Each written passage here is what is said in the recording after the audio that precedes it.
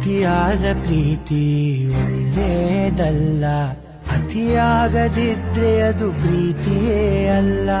ನನ್ನ ದೃಷ್ಟಿ ಬಿಟ್ಟು ಬೇರೆ ತಾಕಲ್ಲ, ಆ ಅಂದ ಬಿಡಿಸೋಕೆ ಸೃಷ್ಟಿ ಸಾಲಲ್ಲ.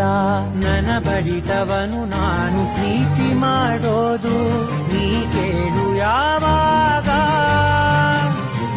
ಎದೆ ಮೇಲೆ ಕೈ ಇಟ್ಟು ನಾ ಕೇಳಿದಾಗ, ನಿನಗೆಂದೆ ಬಡಿದಾಗ.